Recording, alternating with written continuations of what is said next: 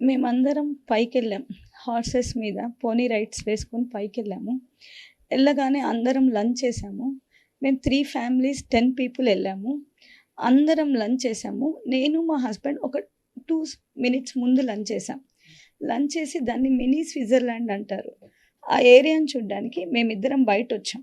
అక్కడ మాకు శాల్వాలు అమ్ముతా అట్లా కొంతమంది ఉన్నారు.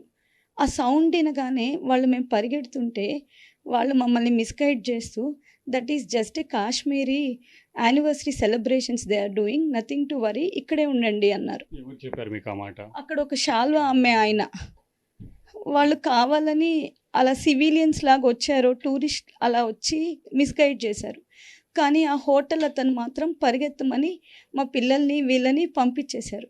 నేను మా హస్బెండ్ పరిగెత్తే లోపల ఇటుపక్క ఒకరిని కాల్చేశారు, ఇటుపక్క ఒకరిని కాల్చేశారు, ఇటుపక్క ఒకరిని కాల్చేశారు. అటుపక్కోళ్ళు లిటరల్‌గా వాళ్ళ 2 ఇయర్స్ బేబీని చూపించి కాళ్ళకి పట్టుకుంటున్నా గానీ కాల్చేశారు.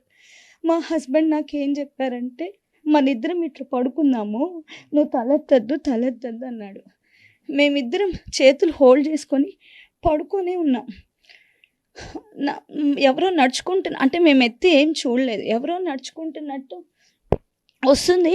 టక్కని బ్లాస్ట్ సౌండ్ ఇనిపించింది. ఒక షాట్ ఇనిపించింది. బట్ నేనైతే మాది కాదనుకొని ఇట్లే ఉన్నాను. మేమిద్దరం ఇట్లే చేతులు పట్టుకొని. సడన్‌గా నాకు డ్రెస్ అంతా వెట్ అయిపోయింది. అప్పటిదాకా మధుసూదన్ షూట్ చేసింది మేమిద్దరం ఇట్లే ఉన్నాము.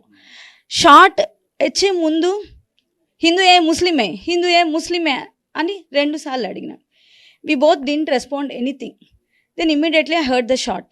ఆ షాట్ వినిపిస్తే ఆ షాట్ నిజంగా నేను మా హస్బెండ్ అనుకోలేదు. బట్ నా బాడీ అంతా వెట్ అయిపోయింది. నేను లేచి చూడగానే his face is full of blood. అప్పుడు నేను వెంటనే పరిగెత్తుకుంటా బయటకు వచ్చినాను.